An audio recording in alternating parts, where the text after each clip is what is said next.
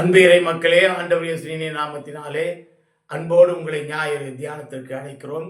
குறிப்பாக இன்றைய நாளிலே அடியனுடைய உடல் சற்று பலவீனப்பட்டு விட்டதினாலே என்ன ஆகுமோ என்று நினைத்தேன். அந்த நேரத்திலே அருகாமையிலே வேப்பம்பட்டு அரசினர் நல பள்ளியிலே பணிபுரிந்து ஓய்வு பெற்றிருக்கிற பட்டதாரி ஆசிரியை திருமதி மரியாள் விக்டர் அவர்கள் என் நினைவுக்கு வந்தார்கள். அவர்கள் தொலைபேசியில் தொடர்பு கொண்டு நீங்கள் வந்து பேச முடியுமா என்று சொன்ன பொழுது எந்த விதமான மறுப்பும் சொல்லாதபடி வருகிறேன் என்று சொன்னார்கள். இது எனக்கு ஒரு பெரிய சந்தோஷத்தையும் மகிழ்ச்சியும் கொடுத்தது. ஆகவே இன்றைய நாளிலே நம்மோடு கூட ஆண்டவருடைய அருளுரையை பகிர்ந்து கொள்ளும்படியாக அருமையான சிஸ்டர் மரியாள் விக்டர் அவர்கள் வந்திருக்கிறார்கள். அவர்களை HSS டீம் மற்றும் மானுட நேய மக்கள் குழுவின் சார்பிலே அன்போடு மகிழ்ச்சியோட வரவேற்கிறோம். கர்த்தருக்கு துதி உண்டாக ஒரு பாடலை நாம் பாட கேட்போம். அதன் பிறகு நம்முடைய சத்தியத்திற்குள்ளாக நாம் கடந்து செல்லலாம்.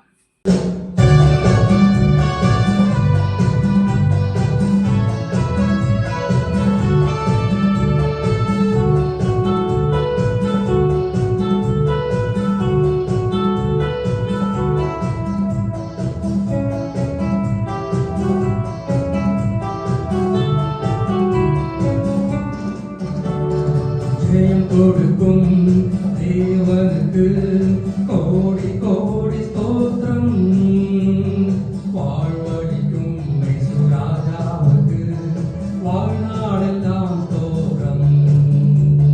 ஜெயம் கொடுக்கும் தேவனுக்கு கோடி கோடி ஸ்தோத்திரம், வாழ்வழிக்கும் இயேசு ராஜாவுக்கு வாழ்நாளெல்லாம் ஸ்தோத்திரம். அல்லேலூயா அல்லேலூயா பாடுவே, ஆனந்த துனியா உயர்த்துவே. அல்லேலூயா அல்லேலூயா பாடுவே, ஆனந்த துனியால் உயர்த்துவே. ஜெயம் கொடுக்கும் தேவனுக்கு கோடி கோடி ஸ்தோத்திரம், வாழ்வழிக்கும் இயேசு ராஜாவுக்கு வாழ்நாளெல்லாம் ஸ்தோத்திரம்.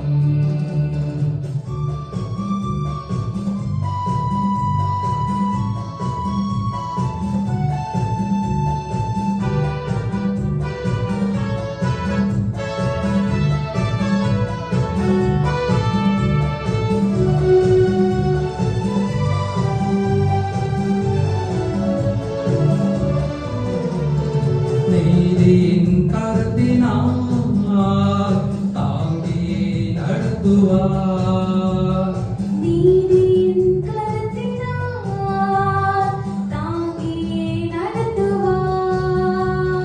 கர்த்தரே என் பலன், எதற்குமே அஞ்சிடே. கர்த்தரே என் பலன், எதற்குமே அஞ்சிடே. ஜெயம் கொடுக்கும் தேவனுக்கு கோடி கோடி ஸ்தோத்திரம், வாழ்வழிக்கும் இயேசு ராஜாவுக்கு வாழ்நாளெல்லாம் ஸ்தோத்திரம்.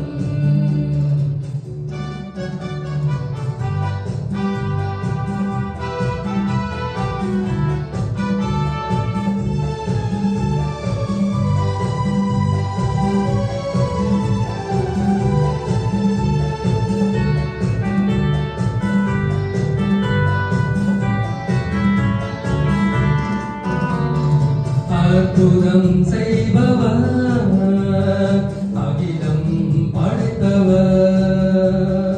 அற்புதம் செய்பவர், அகிலம் படைத்தவர். யுத்தத்தில் வல்லவர், மீட்பர் ஜெயிக்கிறார். யுத்தத்தில் வல்லவர், மீட்பர் ஜெயிக்கிறார். ஜெயம் கொடுக்கும் தேவனுக்கு கோடி கோடி ஸ்தோத்திரம், வாழ்வழிக்கும் இயேசு ராஜாவுக்கு வாழ்நாளெல்லாம் ஸ்தோத்திரம்.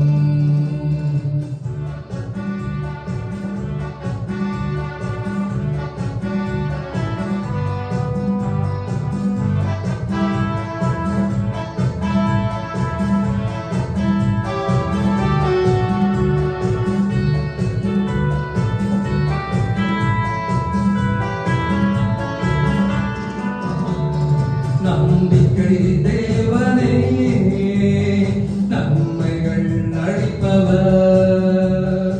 நம்பிக்கை தேவனே நன்மைகள் அளிப்பவர்.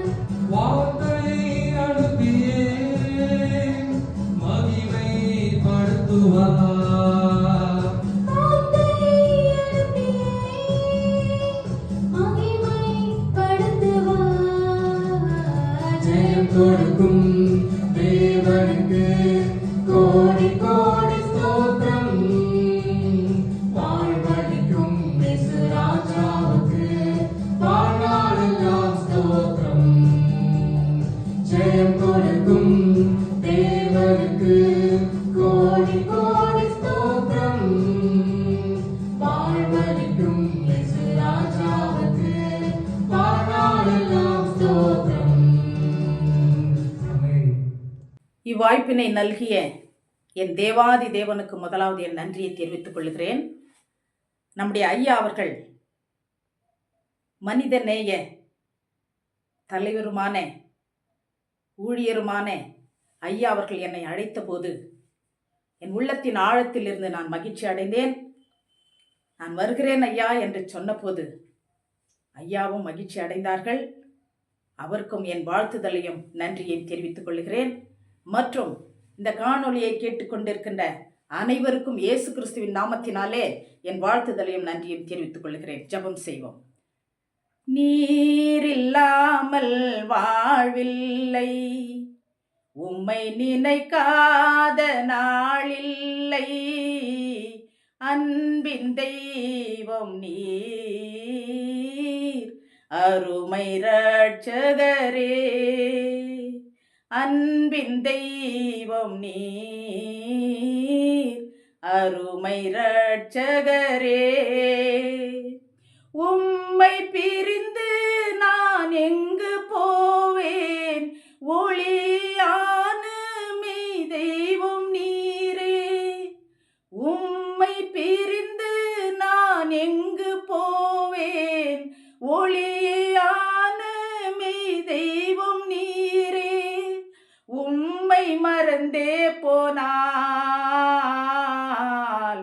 இருளில் பங்கடைவேனே, உம்மை மறந்தே போனால் இருளில் பங்கடைவேனே. நீரில்லாமல் வாழ்வில்லை, உம்மை நினைக்காத நாளில்லை, அன்பின் தெய்வம் நீர், அருமை ரட்சகரே. ஆமாண்டவரே, நீர் இல்லை என்றால் நாங்கள் இல்லை தகப்பனே. அருமையான ஆண்டவரே, அடியாளை இங்கு கொண்டு வந்து சேர்த்ததற்கு ஒரு முகாவந்தரம் வேண்டும் ஆண்டவரே.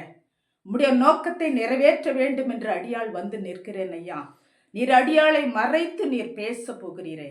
துதி கன மகிமை உமக்கே செலுத்துகிறோம். இயேசுவின் நாமத்தில் அன்பின் பிதாவே, ஆமேன். பள்ளியில் படிக்கின்ற பிள்ளைகளுக்கு இவர்கள் உயர்ந்தவர்கள், இவர் தாழ்ந்தவர்கள் என்ற பாகுபாடே தெரியாது. ஒரு சிறு பிள்ளையை நம்ம பார்க்கும்போது யார் வந்தாலும் ஓடி வந்து அவர்களோடு சேர்ந்து விளையாடும். அதுக்கு கள்ளக்கபடு தெரியாது. ஆசிரியர்களை எடுத்துக்கொண்டால் பள்ளியில் படிக்கின்ற பிள்ளைகளும் சரி, பெற்றோர்களும் சரி, இவர் உயர்ந்தவர், இவர் இந்த இனத்தை சார்ந்தவர் என்ற பாகுபாடு அவர்களுக்கு தெரியாது. ஒன்றுபட்டால் உண்டு வாழ்வு, நம்மில் ஒற்றுமை நீங்கள் அனைவருக்கும் தாழ்வு என்று பாரதியார் எழுதினார்.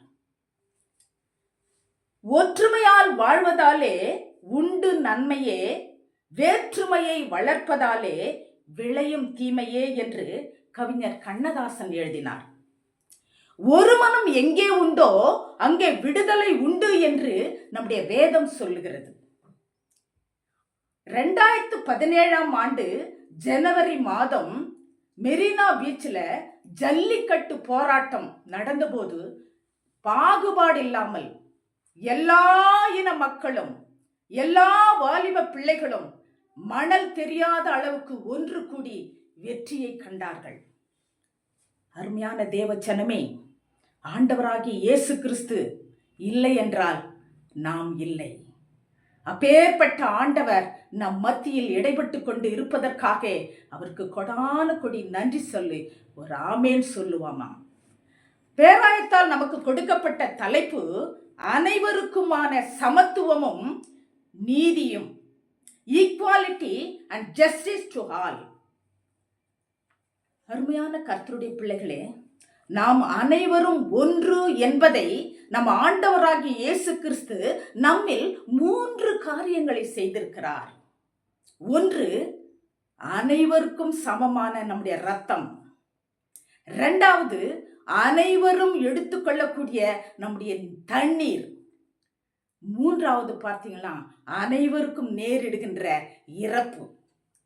என் அருமையான தேவச்சனமே, இந்த ரத்தத்தை வைத்து யாருக்காவது எனக்கு இந்த கலர் ரத்தம் இருக்குன்னு சொல்ல முடியுமா? யாராவது நான் தங்கத்திலான தண்ணீரை குடிக்கிறேன் என்று சொல்ல முடியுமா? யாராவது நான் இறந்த பிறகு என்னுடைய மரணம், என்னுடைய சரீரம் பூமியில் புதைக்கப்படக்கூடாது என்று யாராவது சொல்ல முடியுமா? முடியவே முடியாது. இந்த 3 காரியங்களை அனைவரும் சமம் என்பதை எடுத்து காட்டுகிறார் நம் ஆண்டவராகிய இயேசு கிறிஸ்து. ஆகையினாலே சங்கீதம் 97:12 சொல்லுகிறது, நீதிமான்களே கர்த்தருக்குள் மகிழ்ந்து அவருடைய பரிசுத்தத்தின் நினைவு கூறுதலை கொண்டாடுங்கள் என்று வேதம் சொல்லுகிறது. ஆகையினால நாம் மகிழ்ச்சியோடு இந்த ஆராதனையில நாம் கலந்து கொள்ள வேண்டும். 1947ஆம் ஆண்டு இந்திய மக்களின் அடிமை தனத்திற்கு முற்றுப்புள்ளி வைக்கப்பட்டது. அதன் பிறகு இந்தியாவை இந்தியர்களே ஆட்சி செய்ய வேண்டும் என்று 1950ஆம் ஆண்டு ஜனவரி 26ஆம் நாள் அரசியல் சட்டம் டாக்டர் அம்பேத்கர் ஐயா அவர்கள் இந்த சாசனத்தை கொண்டு வந்த நாளை நாம் குடியரசு தினம் என்று கொண்டாடி கொண்டிருக்கிறோம். என் அருமையான தேவச்சனமே, இதில் நாம் பாகுபாடு என்பது ஏன் வர வேண்டும்? இந்தியா மிக பெரிய பரந்த நாடு, ஒரு ஜனநாயக நாடு. இதிலே தனி மனித சுதந்திரமும் மதம், இனம், மொழி, கலாச்சாரம் என்ற பல வேறுபாடுகள் இருந்தாலும் இதை தாண்டி சமத்துவம் என்ற ஒரு வார்த்தையை, சமத்துவமாய் இருக்க வேண்டும் என்பதை இந்தியா உருவாக்கி வைத்துள்ளது. அருமையான கர்த்தருடைய பிள்ளைகளே, கடந்த 75 ஆண்டுகளாக பல்வேறு அடிமைத்தனம், பல்வேறு அராஜகம், அநியாயம், அக்கிரமம், கொலை, கொள்ளை, விபச்சாரம், வேசித்தனம், பாலினம், அரசியல், இப்பேற்பட்ட நிலைமை வகுப்புவாத பிரிவினாலே ஏற்பட்டு கொண்டு இருக்கிறது. ஒன்று சொல்லுகிறேன், அமெரிக்காவை எடுத்துக்கொள்ளுங்கள். கலிபோர்னியா என்ற இடமே தெரியாமல் தீக்கிரையாக்கப்பட்டது. அதில் உயர்ந்தோர், தாழ்ந்தோர், பணக்காரன், ஏழை என்று இல்லாமல் அனைவரும் இன்று பார்த்து நியூஸ்ல கேட்டீங்கன்னா முகாம்களில் தங்க வைக்கப்பட்டுள்ளார்கள். உணவுக்காக ஏங்கிக் கொண்டிருக்கிறார்கள். என் அருமையான தேவச்சனமே, அனைவரும் சமம் என்பதை இந்த நிகழ்வு, இயற்கையை ஏற்படுத்தின என் ஆண்டவர் வெளிப்படுத்தி கொண்டிருக்கிறார். எங்கு பார்த்தாலும் சிசு கொலை, எங்கு பார்த்தாலும் பாலியல் வன்கொடுமை, இப்பேற்பட்ட நிலைமை, எங்கு பார்த்தாலும் கஞ்சா, எங்கு பார்த்தாலும் குடிவெறி, குடும்பங்கள் நாஸ்தியாகி கொண்டு இருக்கிறது. என் அருமையான தேவச்சனமே, நாம் எப்படியெல்லாம் வாழலாம் என்று நினைக்காதபடிக்கு இவைகள் அனைத்தையும் களைந்து நீதியோடும் நேர்மையோடும் விடுதலை உண்டாக வேண்டும் என்ற உணர்வோடும் கிறிஸ்தவர்களாகிய நீங்களும் நானும் அழைக்கப்படுகிறோம். என் அருமையான கர்த்தருடைய பிள்ளைகளே, கர்த்தர் உங்களோடு 3 தலைப்புகளில் பேச விரும்புகிறார். 1, ஒருவரின் கீழ் இருங்கள். 2, ஒற்றுமையாய் இருங்கள். 3, ஓயாமல் செய்யுங்கள். ஆமென். கர்த்தர் உங்களுக்காக இந்த வார்த்தைகளை ஆயத்தப்படுத்தி வைத்திருக்கும் போது நாம் ஒருவரின் கீழ் இருப்பது உண்மையாகவே நமக்கு பாக்கியத்தை கொடுக்கிறது. ஒன்றே குலம் என்று பாடுவோம், ஒருவனே தெய்வம் என்று போற்றுவோம் என்று கவிஞர் கண்ணதாசன் எழுதினாரே. அதை எப்படி எழுதினார்? வேதத்தை படித்தார், மற்ற உலகத்தையும் பார்த்தார், இந்த வேதத்தில் இருக்கிற ஒவ்வொன்றையும் அவர் சீர்தூக்கி பார்த்து உலகத்தில் ஒரே தெய்வம் நம் ஆண்டவராகிய இயேசு கிறிஸ்து என்பதை உணர்ந்த அந்த கவிஞர் ஒன்றே குலம் ஒருவனே தெய்வம் என்று எழுதிவிட்டு சென்றாரே. நீங்களும் நானும் அதை நாம் ஃபாலோ பண்ண வேண்டாமா? எபேசியர் 4:6 சொல்லுகிறது, எல்லாருக்கும் ஒரே தேவனும் ஒரே பிதாவும் உண்டு, அவர் எல்லாரோடும் உங்கள் எல்லாருக்குள்ளும் இருக்கிறவராய் இருக்கிறார். எல்லாருக்குள்ளும் இருக்கிறவராய் இருக்கிறாரே, அதை நாம் உணர வேண்டாமா? நாம் அனைவரும் சமம் என்பதை அவர் நமக்கு எடுத்து உரைக்கிறாரே, அதை நாம் உணர வேண்டாமா? ஒன்று சொல்லிக் கொள்கிறேன். இப்பொழுது நடந்த அமெரிக்க ஜனாதிபதி ட்ரம்ப் பதவி ஏற்க வேண்டும் என்று அவர் முதலாவது செய்த காரியம் என்ன தெரியுங்களா? இந்த பதவி ஏற்பதற்கு முன்பாக அவர் ஆலயத்துக்கு சென்றார். நம் ஆண்டவரை தொழுது கொண்டார். ஆண்டவரே, நீ ராஜாக்களை தள்ளி ராஜாக்களை ஏற்படுத்துகிற தெய்வம் அல்லவா? என்னை நீர் கொண்டு வந்திருக்கிறீர். நீர் எனக்கு ஆலோசனை கர்த்தராக இருக்க வேண்டுமே, நான் உன்னில் வாழ வேண்டுமே. நீ சொன்னீரே, நீங்கள் என்னிலும் என் வார்த்தை உங்களிலும் இருக்க வேண்டும் என்று சொன்னீரே. ஆமாண்டவரே, நான் உங்களோடு கூட இருக்கிறேன், நீர் என்னோடு கூட வருவீராக என்று சொல்லி ஆண்டவரை தன் பக்கத்திலேயே வைத்துக்கொண்டு அவர் கூடவே அந்த பதவி ஏற்பதற்கு சென்றார். ஒரு அல்லேலூயா சொல்லுமா? கர்த்தர் ரொம்ப நல்லவர், கர்த்தர் ரொம்ப நல்லவர். யோவான் 10:16 சொல்லுகிறது, இந்த தொழுவத்தில் உள்ளவைகள் அல்லாமல் வேற ஆடுகளும் எனக்கு உண்டு. அவைகளையும் நான் கொண்டு வர வேண்டும். அவைகள் என் சத்தத்துக்கு செவி கொடுக்கும். அப்பொழுது ஒரே மந்தையும் ஒரே மெய்ப்பனுமாயிருப்பார். ஆமென். கர்த்தர் எவ்வளவு நல்லவர் பார்த்தீங்களா? நாம நினைக்கிறோம் நீங்களும் நானும் மட்டும்தான், கிறிஸ்தவர்கள் மட்டும்தான் நம்ம ஆண்டவரை தொழுது கொள்ள வேண்டும், அந்த மந்தையில நாம் மட்டும் இருக்க வேண்டும் நீ நினைப்பீர்களானால் என் ஆண்டவருடைய வசனம், என் ஆண்டவருடைய வார்த்தை வீணாய் விருதாய் போகுமே. ஆண்டவர் சொல்கிறார், இந்த தொழுவத்தில் இல்லாத அநேக ஆடுகள் எனக்கு உண்டு, அவைகளெல்லாம் நான் ஒன்று சேர்க்க வேண்டுமே. ஆகையினால உலகத்தை படைத்த நம் ஆண்டவராக இயேசு கிறிஸ்து அவர் பட்சபாதம் இல்லாதவர். அவர் பார்வையில் அனைவரும் சமம். அவர் விரும்புகிற சமத்துவத்தை நீங்களும் கொண்டு வர வேண்டும் என்று என் ஆண்டவர் விரும்புகிறாரே. ஆகையினால அருமையான தேவச்சனமே, சங்கீதம் 97:2 சொல்கிறது, மேகமும் மந்தாரமும் அவரை சூழ்ந்து நின்று கொண்டிருக்கிறது. ஆகையினாலே நீதியும் நேர்மையும் உங்களுக்கு வேண்டும் என்று கர்த்தர் விரும்புகிறாரே. அந்த நீதியும் நேர்மையும் ஒருவராய் நின்று பெரிய அதிசயங்களை செய்கிற நம்ம ஆண்டவரை பற்றி கொண்டு இருப்போமானால், அவருடைய பாதையிலே நாம் நடப்போமானால், அவர் பின்னாடி நாம் ஓடுவோமானால், நமக்கு எல்லாவற்றையும் கூட்டி கொடுத்து ஒரே ஒரு தெய்வத்தை நம் மேய்ப்பராக வைத்துக் கொண்டு இருப்போம். அப்போஸ்தலர் 10:35 சொல்லுகிறது, எந்த ஜனத்தினாலும் அவருக்கு பயந்திருந்து நீதியை செய்கிறவன் எவனோ அவருக்கு உகந்தவன் என்றும் அவன் எனக்கு உகந்தவனாய் இருக்கிறான். ஆமென். எவ்வளவு பெரிய அருமையான வார்த்தையை கர்த்தர் சொல்றார் பாருங்க. அவர் யாராயிருக்கட்டும், நீங்க பிரித்து வைத்திருக்கிறீர்கள், இவன் இந்த ஜாதி, அவன் அந்த ஜாதி, இவன் எந்த இனத்தை சேர்ந்தவன், இந்த மொழியை பேசுகிறவன் என்று நீங்கள் பிரித்து வைத்திருக்கலாம்.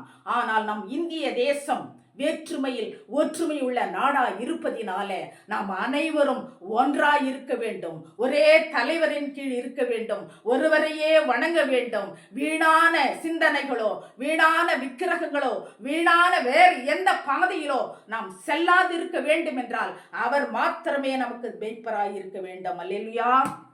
கர்த்தர் ரொம்ப நல்லவர். கர்த்தர் ரொம்ப நல்லவர். பாருங்க, அடுத்தபடியாக நீங்கள் ஒற்றுமையாயிருங்கள்.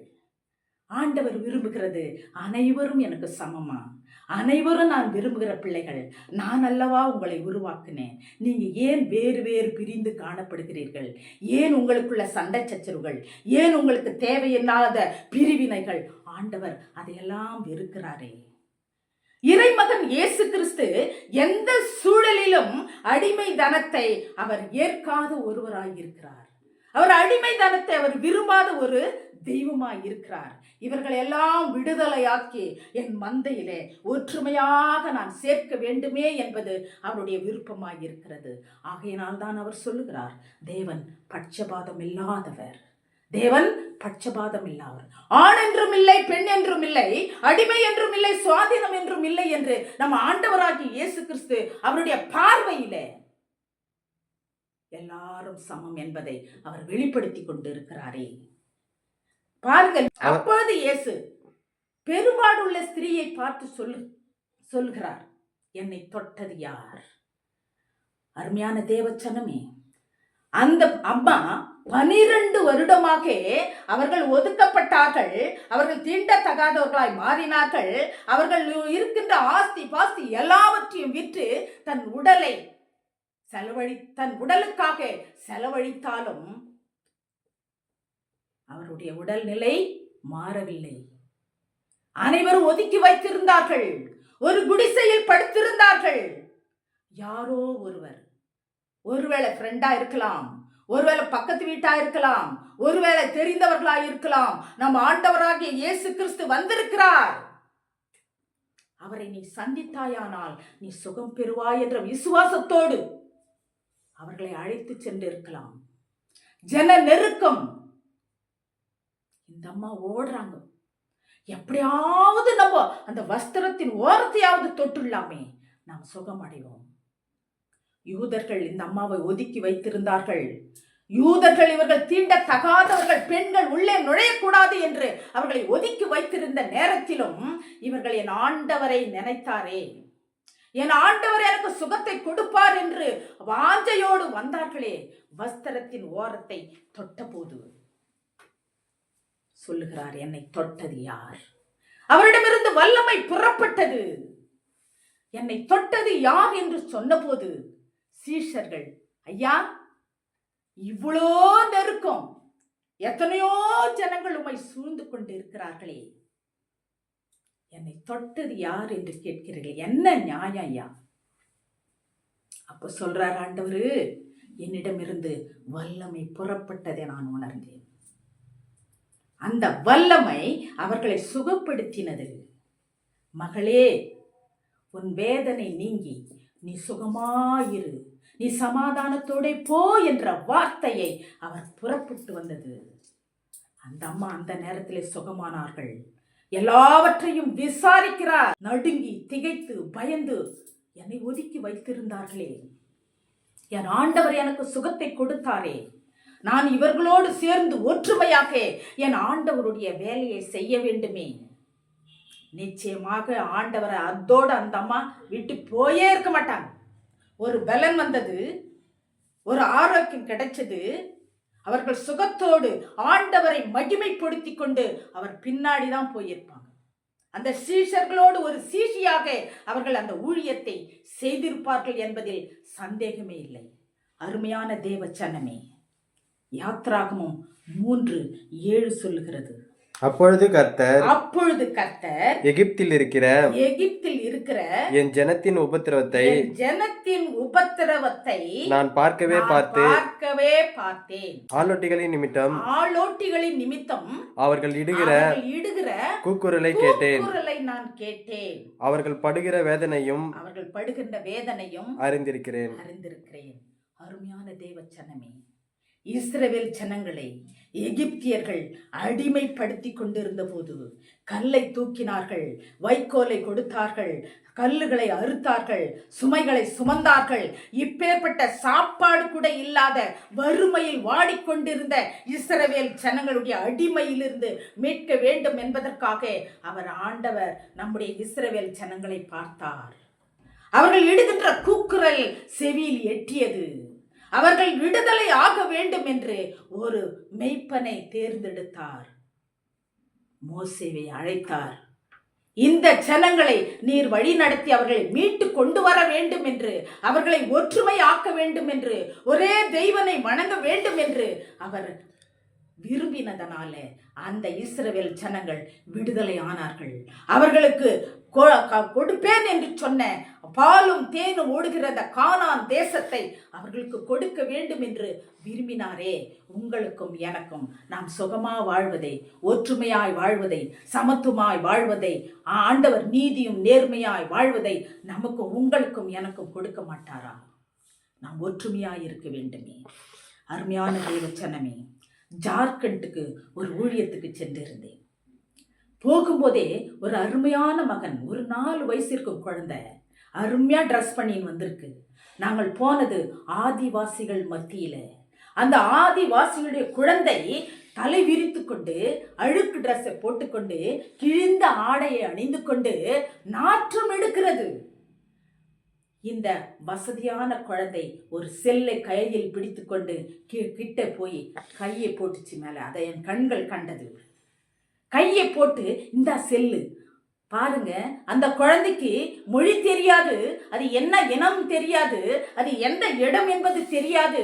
ஆனால் அந்த குழந்தை ஒற்றுமையாக, ஒரு அன்பாக, ஒரு ஐக்கியமாக அழகாக கையை போட்டு அந்த செல்லை ஓப்பன் பண்ணி கொடுக்குது. அந்த குழந்தை பார்த்துக்கோ அப்படின்ட்டு. என் அருமையான தேவச்சனமே, அதுக்காக தான் ஆண்டவர் சிறு பிள்ளைகளைப் போல மாறாவிட்டால் தேவனுடைய ராஜ்யத்தில் பிரவேசிக்க மாட்டீர்கள். நீங்கள் அனைவரும் சமம் என்று நினைக்கவில்லை என்றால், அனைவரும் எனக்கு வேண்டும், நான் அன்பாய் இருப்பேன், ஒருவரை ஒருவர் நேசிப்பேன், ஒருவரை ஒருவர் விட்டு கொடுத்து வாழ்வேன், சகித்துக் கொள்வேன் என்ற இந்த அன்பின் கனிகளை நாம் பெற்றுக்கொள்ள வேண்டவில்லை என்றால், ஆவியின் கனிகள் நம்மிடம் இல்லை என்றால் நாம் ஒற்றுமையாக வாழவே முடியாது. அருமையான கர்த்தருடைய பிள்ளைகளே, 3வது பார்த்தீங்கன்னா, பிரான்சிஸ் என்பவர் ஒரு ஊழியக்காரர். ஊழியம் செய்ய வேண்டும், ஓயாமல் ஊழியம் செய்வார், சோர்ந்து போகாமல் போவார். ஆண்டவருடைய சத்தியத்தை நாம் எப்படியாவது சொல்ல வேண்டும் என்று அவர் நினைத்து கொண்டிருக்கிறார்.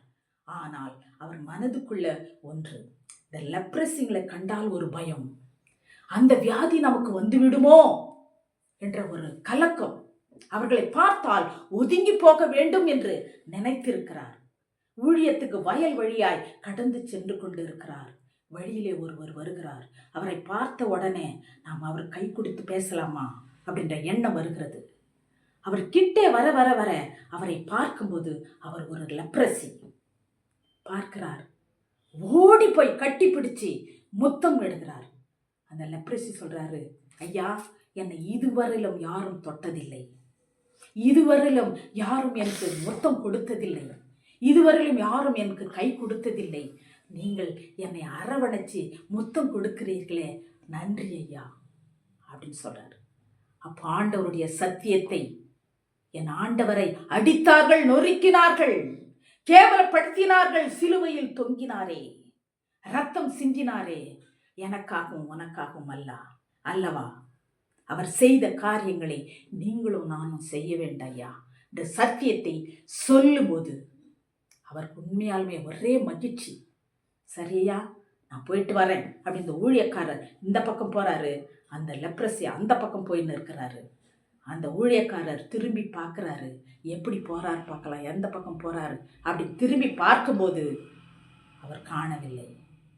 அருமையான தேவச்சனமே, உள்ளத்தில் ஒரே மகிழ்ச்சி, என் ஆண்டவரை நான் சந்தித்தேன். அந்த ஊழியக்காரர் சொல்றார், என் ஆண்டவரை நான் சந்தித்தேன், எனக்கு மகிழ்ச்சியா இருக்கிறது. இந்த சிறியோரில் யாருக்கு எதை செய்தீர்களோ அதை எனக்கே செய்தீர்கள் என்று சொல்லுகிறாரே.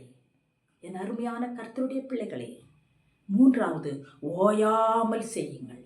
அந்த ஊழியக்காரர் ஒரு நிமிடமும் அவர் சோர்ந்து உட்காரவில்லை. என் ஆண்டவர் சொன்ன வார்த்தையை, அவர் சொன்ன கட்டளையை அப்படியே கடைபிடித்து மக்களுக்கு பரப்ப வேண்டுமே, என் ஆண்டவரை பற்றி சொல்ல வேண்டுமே அப்படின்ற ஒரு ஆதங்கத்துல அவர் ஊழியத்தை தொடர்ந்தார். ஆமோஸ் இறைவாக்கினர் சொல்லுகிறார், ஆமோஸ் 5ஆம் அதிகாரம் 24ஆம் வசனம், நியாயம் தண்ணீரை போலவும் நியாயம் தண்ணீரை போலவும் நீதி வற்றாத நதியை போலவும் புரண்டு வர கடவது. பாருங்க, நீதியும் நியாயமும் நேர்மையும் ஆண்டவருக்கு உகந்த வார்த்தைகள். நீங்கள் அவ்வாறு இருக்க வேண்டும் என்று அவர் சொல்லுகிறார். நியாயம் தண்ணீரை போல புரண்டு வரணும், நீதி வற்றாத நதியை போல எப்பவுமே உங்களோடு இருக்கணும். அருமையான கர்த்தருடைய பிள்ளைகளே, கிறிஸ்தவர்கள் மாத்திரம் அல்ல, ஆண்டவர் சொல்கிறார், அனைவரும் என்னுடைய பிள்ளைகள், அனைவரும் எனக்கு சமம், நான் பட்சபாதம் இல்லாதவர், என் பிள்ளைகள் என் கரத்தில் இருக்கிறார்கள், அவர்கள் என்னிடம் வரும்போது அவர்களை நான் அரவணைக்கிற தெய்வமாய் இருக்கிறேன், அவர்களை நான் ஓரம் கட்டுகிறவர்களாய் நான் இருக்க மாட்டேன் அப்படின்னு கர்த்தர் சொல்லி ஆமோஸ் 5:20 சொல்லுகிறார். கர்த்தருடைய நாள் வெகு சமீபமாய் இருக்கிறது, அது மந்தாரமும் இருளுமாய் இருக்கிறது. அருமையான தேவ ஜனமே, அவருடைய நாள் வருவதற்கு முன்பாக நான் எவ்வாறு நன்மைகளை செய்து சுற்றி திரிந்தேனோ, நான் எவ்வாறு மாதிரியாய் நடந்தேனோ, நான் எவ்வாறு மற்றவர்களுக்கு சத்தியத்தை எடுத்து சொல்லி சாட்சியாய் வாழ்ந்தேனோ, அதை நீங்களும் கடைபிடிக்க வேண்டும். ஆகையினாலே மத்தேயு 28:19-20 சொல்லுகிறது, ஆகையால் நீங்கள் புறப்பட்டு போய் சகல ஜாதிகளையும் சீஷராக்கி பிதா குமாரன் பரிசுத்த ஆவியின் நாமத்தினாலே அவர்களுக்கு ஞானஸ்தானம் கொடுங்கள். அதோட விடவில்லை, வெறும் ஞானஸ்தானத்தை கொடுப்பதோ வெறும் சத்தியத்தை சொல்வதோ அல்ல. ஆண்டவர் கிவ் அண்ட் டேக் பாலிசி அவருக்கு. நான் ஒன்று கொடுத்தால் நீங்க ஒன்று எனக்கு கொடுக்க வேண்டும் என்ற எண்ணத்தோடு அவர் நமக்கு கொடுக்கிறார். அடுத்த வசனம் சொல்லுகிறது, நான் உங்களுக்கு கட்டளையிட்ட யாவையும் அவர்கள் கை கொள்ளும்படி நீங்கள் கை கொள்ளும்படி அவர்களுக்கு உபதேசம் பண்ணுங்கள். இதோ உலகத்தின் முடிவு பரியந்தம் சகல நாட்களிலும் நான் உங்களோடு கூட இருக்கிறேன் என்று கர்த்தர் வாக்கு கொடுக்கிறாரே. என் அருமையான தேவ ஜனமே, உங்களோடும் என்னோடும் சதா காலங்களும் அவர் நீடித்து நிலைத்திருக்கிறவராய் இருக்கிறார். ஆகையினாலே நாம் அவருடைய நாளுக்காக அவரை எதிர்நோக்கி கொண்டு நன்மைகளை செய்து மற்றவரோடு அன்பும் ஐக்கியமாயிருந்து ஒரே தெய்வத்தை ஆண்டவரை வணங்கி ஒற்றுமையாய் நாம் செயல்படுவோம். ஆகையினாலே மீகா 6:8 கடைசியாக சொல்லுகிறார், மனிதனே, நன்மை என்னதென்று உனக்கு அறிவித்திருக்கிறேன். நியாயம் செய்து இரக்கத்தை சிநேகித்து உன் தேவனுக்கு முன்பாக மனத்தாழ்மையாய் நடப்பதே அல்லாமல் வேற என்னையா உன்கிட்ட எதிர்பார்க்கிறேன். நம் ஆண்டவராகிய இயேசு கிறிஸ்து, ஆண்டவர் நீதியும் நியாயம் நன்மையும் இரக்கத்தையும் தாழ்மையையும் அவர் விரும்புகிறாரே. அவர் விரும்புகிற காரியத்தை நீங்களும் நானும் செய்து முடிப்போம். ஒருவரின் கீழ் இருங்கள், ஒற்றுமையாயிருங்கள், ஓயாது செய்யுங்கள். கர்த்தர் இந்த வார்த்தை உங்களுக்கு கொடுக்கும்படி ஆண்டவர் கட்டளையிட்டார். நான் கொடுத்து விட்டேன். நீங்கள் அனைவரும் சமத்துவமாக, ஒற்றுமையாக, அன்பாக, ஐக்கியமாக ஆண்டவருக்காக நீங்கள் வாழ வேண்டும் என்று இயேசு கிறிஸ்துவின் நாமத்தினாலே உங்களை நான் வாழ்த்துகிறேன். கர்த்தர் உங்களை ஆசீர்வதிப்பாராக.